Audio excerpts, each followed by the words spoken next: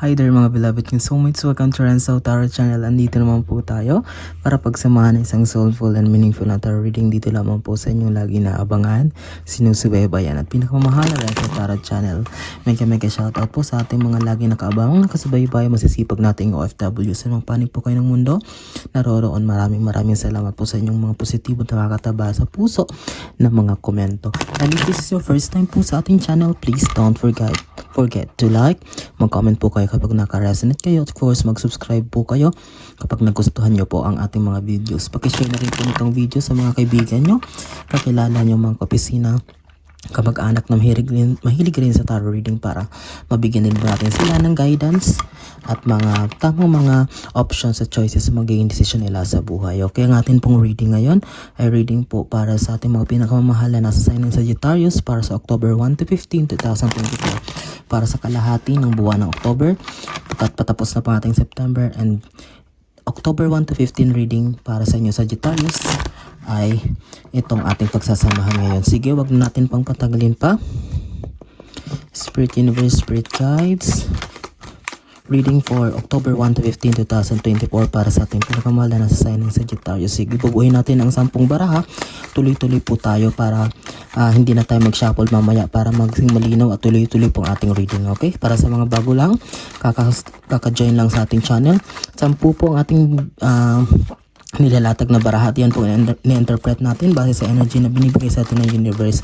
Kung ano ba ang yung magiging kapalaran or mensahe ng universe para sa inyo, depende sa sign na meron kayo. 6. And kapag hindi po kayo nakaresonate, please hanapin nyo pang yung energy sa ibang mga videos. Maaring doon po kayo makaresonate. And maraming salamat po sa inyong walang sawang tiwala, suporta. Wala pang isang linggo na muling nagbalik ang inyong lingkod na napakatagal nating nawala, pero nakakataba ng puso. 246 8 9. Isa na lang po sa puso ang inyong naging response, overwhelming response sa mga komento. Napakabilis po ng paglagaw nating mga subscribers. Alam ko po magtutuloy-tuloy ito sa tulong ninyo at sa inyong pagmamahal. Okay? Wag na natin pang patagalin pa, ayusin natin ang mga baraha para sa inyo Sagittarius, October 1 to 15, 2024. 1, 2, 3, 4, 5, 6, 7, 8, 9, 10. Naway maraming nasa sign ng Sagittarius makapanood nito ngayon ng ating videos na pagsasamahan o pagsasaluhan. Sige, handa ka na ba Sagittarius para sa October 1 to 15 reading mo? Sisimulan natin tong 10 baraha sa yung opening card. Okay, Sagittarius, your opening card or yung pambungad na baraha is the 5 of Pentacles. Yes, this is a good card kasi Pentacles siya, pero what does it mean? Sa October 1 to 15 daw ay parang medyo laid back, pero although meron daw mga blessings or good news, positivities na parating sa Sagittarius, is that matuto daw kayo na parang, alam mo yun, maging mapagmasid or parang i-track or i-monitor yung mga finances, yung mga lalabas na pera or papasok. Kasi tingnan mo, although pera siya, kung titingnan mo, snow, taglamig, winter, ayan nangangayayat, payat, or ibig sabihin, although may mga blessings, kailangan, di ba kapag winter, kapag malamig ang panahon, ay medyo mabagal ang paggalaw ng tao. Okay, matumal ang customer kasi nasa loob lang ng bahay, hindi lumalabas. So, sabihin, merong mga opportunities, pero hindi ganon talaga kalago or hindi ganon magiging ka-productive tulad ng mga inaasahan mo. Okay? October 1 to 15 Sagittarius, asahan ang medyo mabagal na flow or medyo mabagal na pagpasok ng mga blessings para sa iyo. Okay? Sige. Pangalawa, the Judgment card. Okay, the Judgment card ang pinapakita ang energies na pinaparating na universe dito para sa yung reading October 1 to 15. This Judgment card is just reminding you, Sagittarius, na dahil sa October 1 to 15 ay medyo mabagal ang lahat, took this an opportunity to reflect. Okay, took this an opportunity daw Sagittarius para magmuni-muni, para took this opportunity para mag-plan ahead, para mas kung ano pang gusto mong plano sa buhay. Kasi Di ba nga, parang ito yung season na parang nasa bahay ka lang or medyo hindi may pampasok na pera pero medyo mabagal. So kunin mo itong panahon nito, yung mga araw na ito para makapagplano ka. Okay, makapag-laid out ka ng mga susunod mong foundations or mga options para kung paano mas lalong papalaguin ang iyong finances, kung paano ka mas matututo. Siguro kung nag-aaral ka, took this an opportunity to read more. Mag-aral lang mabuti, mag-review kung may paparating kang exam. Kumbaga ito yung bibigyan ng universe na opportunity or time para sa Sagittarius para mas develop mo yung mga skills, talents na meron ka, or for you this time also to discover more. Mas marami ka pang matututunan, mas malalaman. Okay? Sige. Pangatlong baraha, Sagittarius, October 1 to 15 mong reading is yan. 8 of Cups. Cups representing achievements and dreams in life. Ibig sabihin, here you are, marami ka ng napatunayan, Sagittarius, marami ka ng napundar, marami ka ng napanalunan, marami ka ng na-conquer ng mga problema sa buhay, but still you are unstoppable. Okay, sabihin unstoppable, wala makakapigil sa iyo sa paghahangad ng mas maunlad na buhay, mas mataas na posisyon, mas paginhawang buhay, mas peaceful na buhay. And that's a good thing. Walang masama dyan as long as dinada natin to sa mabuti or sa legal na paraan. This 8 of Cups card, ang pinapakita ni universe dito is that wag kang matakot. Okay? This is the energy that I can feel. Pagpatuloy mo daw to, Sagittarius. The only thing na gagawin mo lang in this search or this quest of getting more is that gawin ito. Sa mundo ngayon na puro madalian, gusto shortcut ang mga bagay na gusto mangyari to the point na nakakagawa na ng masama or hindi maganda, dinadaan sa illegal or hindi mabuti. Bumalik ka doon sa culture ng patience, bumalik ka doon sa culture ng working hardly sa mga bagay pinapangarap natin. Take steps slowly, one step at a time, at pasasaan at makakamit mo din lahat nito. But all in all, this is just showing what you have achieved already, and that's a good thing. Okay, kumbaga may track record ka na, kumbaga may mga napatunayan kaya kumbaga hindi na bago sa iyo ang mga bagay na iyong susuungin. Okay? Sige. Your fourth card, Sagittarius, yung reading for October 1 to 15 is the 10 of Swords. Okay. So October 1 to 15 din daw, siguro ma-overwhelm ka sa mga what is this? Ma-overwhelm ka sa mga roles, sa mga dapat mong gampanan. Siguro marami kang mga hindi pa natapos na mga projects, mga dapat tapusin. Kaya kung dito parang makakaranas ka ng at least somehow medyo pagkapagod or over fatigue or whatsoever, magiging restless kasi siguro dahil nga ma-overwhelm ko sa mga opportunities. At the same time, you only need to have time to relax yourself. Kailangan mo lang maghanap ng panahon or time para ma-distress ang iyong buhay kasi mahirap na kung maapektuhan ang iyong mental health at lalong-lalo na ang iyong physical body. Okay, sa panahon ngayon, usong-uso na yan.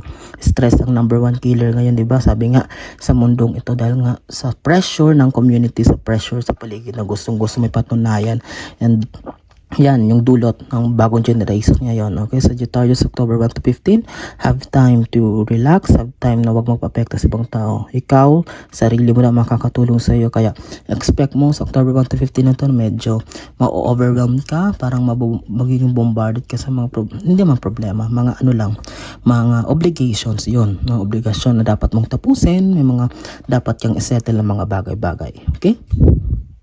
Panglima, is 2 of Swords. Okay, October 1 to 15 daw, or maybe on the later on, is that Sagittarius parang nagkakaroon daw ng big decision making na dapat kumbaga kailangan ma-settle mo na to. Ito na yung time na iniintay na talaga yung pag yes or no mo kung ano bang magiging decision mo. Siguro may mga ginawa kang mga steps or mga hakbang naman nakaraan na ngayon ay hindi na dapat kailangan palagpasin pa. Kinakailangan na talaga ng yung big decision para malaman na kung ano bang yung magiging kahinatnan nito, kung ano bang magiging resulta nito. Okay? Kinakailangan dito sa Sagittarius is that you need to really be mindful or maging matalino sa magiging hakbang na gagawin mo or magiging decision na yung bibitawan sapagkat makaka-apekto ito sa holistic being mo or sa buong buhay mo in the future. Okay, di ba? Kasi it's either win or lose. It's either make or break lang naman. 50-50. But all in all, kayang-kaya mo yan. You just need to be intelligent or be mindful sa mga decision na gagawin mo. Okay. That's the first row. Sige, pangalawang row na tayo. Pang-anim mong baraha, yun, lumalabas talaga yung kinakailangan mo talaga ng time for relaxation or rest. 4 of Swords, lumabas din yung 10 of Swords. Talagang, kahit nga hindi sa October 1 to 15, kahit nga ngayon, the month of September ay talagang unti-unti mo nang nararamdaman to. Parang yung katawan mo daw sa Sagittarius, it seems that there are some signals na pinaparating ang katawan mo pero ini-ignore mo lang. Okay, wag mo nang patagalin to. Kailangan mo talagang maghanap ng time or oras para makapagpahinga or make your body, kumbaga pumunta sa pinakamalapit na doktor, magpa-check up kung may mga nararamdaman ka, mas maganda yung maagapan. Okay, mahirap na kung sa kaka-search natin, kaka-quest natin. Of course, walang masama doon, maghangad tayo ng mga blessings or ano mo yun, mas abundant na buhay, pero kung naapektuhan nito ang ating physical life or ating katawan, ating mental health, ay hindi na ito maganda. Useless ang lahat na yan na ating mga pinapangarap. Okay? Ito man napakalinaw na pinapanating ni universe daw sa Sagittarius na this is very urgent. Kailangan na talaga na pakinggan mo yung mga signals na pinaparating ng katawan mo kung ano bitong nararamdaman mo kasi magulat ka na lang kung mahirap na kung bumigay ang katawan mo lalong-lalo na sa sobrang pagod na iyong nararanasan. Okay?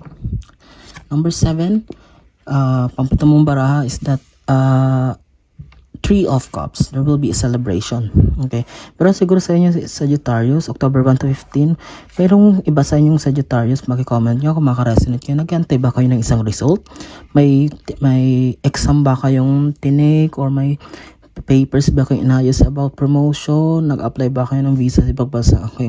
In the soonest time, especially, expect in this period na magkakaroon na ng kasagutan or ng result, ito matagal mong inaantay.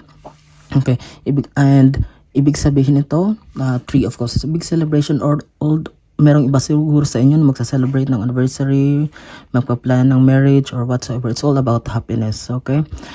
But all in all, this will be just a day temporarily ng kasayahan, but all in all, wag pa rin kakalimutan yung mga reminders about your health. Yun pa rin yung dapat, kasi baka mamaya there's a big celebration, makalimutan nyo, alam nyo may mga nararamdaman kayo, baka mamaya uminom kayo na marami, mapasobra kayo ng kain up to the point na kalimutan yung alam yun, holistic, di ba? Kailangan kumpleto yung kailangan nating pag-aalaga sa katawan natin, hindi lang sa kailangan mag-exercise, kundi sa mga paglilimit or pag-track, pag-monitor ng ating mga amount ng mga pagkain na pinapasok natin sa katawan natin. If it's either nutritious ba, or sobra ba, or whatsoever, okay? Okay, kasunod ng celebration card sa Sagittarius October 1 to 15 is the 10 of Pentacles. Pentacles ay pera. And pagkapag 10 Pentacles ang lumalabas is that boundless or unlimited opportunities para sa'yo. October 1 to 15 will be the start sa Sagittarius na unti-unti may mga opportunities kang malalaman, madidiscover o kusang lalapit sa'yo. Okay? But all in all, again, I'm reminding you to be mindful, maging matalino, but this is a good card. Ibig sabihin talagang may humahabol pa. Okay, just 3 months away, patapos na tayo ng taon, but humahabol pa yung mga opportunities na lumalapit sa'yo. Okay, but all in all, check.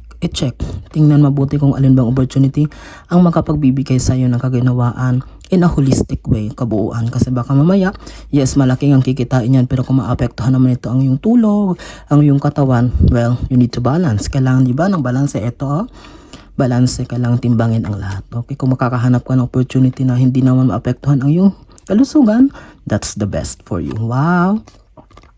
Okay, the star card. Pang siya mong baraha, the star card. Diba? You will be star, you will be shining. Tingnan mo yung star, ayan, sumasalok siya sa unlimited na balon na tubig. There will be a lot of opportunity. Sabi ko nga, sunod-sunod na siya. Celebration, Pentacles, and now the star. The star is a cosmic card. Pinapatunayan lang nito. Talagang you are bound for blessings. You are bound for victory and success. Sagittarius, kailangan lang maging holistic lang, uulitin ko. Nakafocus ito sa blessings mo at sa yung health.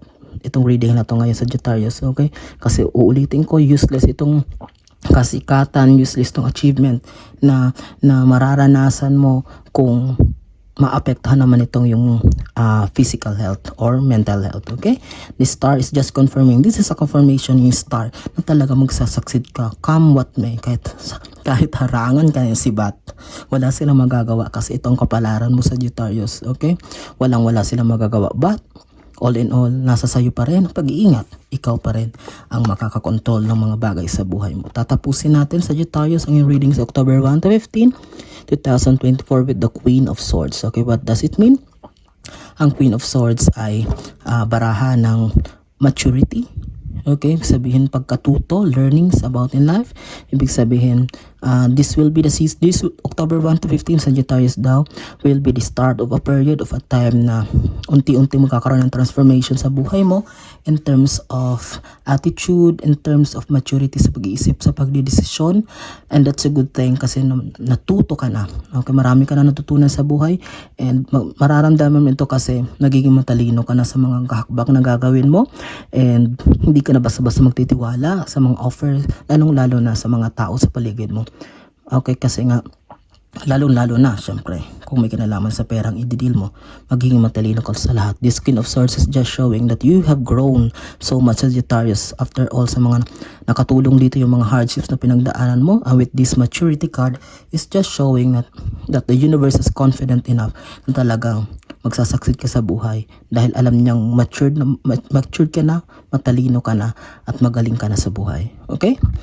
Yan ang isa ng mga soulful and meaningful na tarot reading natin pinagsamahan para sa ating mga pinakamahal na Sagittarius sa kanilang reading October 1, 2024. Naway maging malinaw ang ating readingan na ating pinagsamahan at sana'y maraming nasa sign ng Sagittarius sa makapanood nito, at least somehow mag-guide natin sila tungkol sa kanilang magiging decisions and choices sa buhay sa mga parating na buwan at mga linggo. Maraming salamat. Naway huwag kayong magsawang laging abangan at panoorin ang ating mga parating pa na video dito lamang sa inyong pinakamamahal na Renzo Tarot Channel. Mga pinakamamahal kong soulmates, maraming salamat. Ano bang ginagawa nyo ngayon? Mag-iingat po kayo lagi and God bless us all.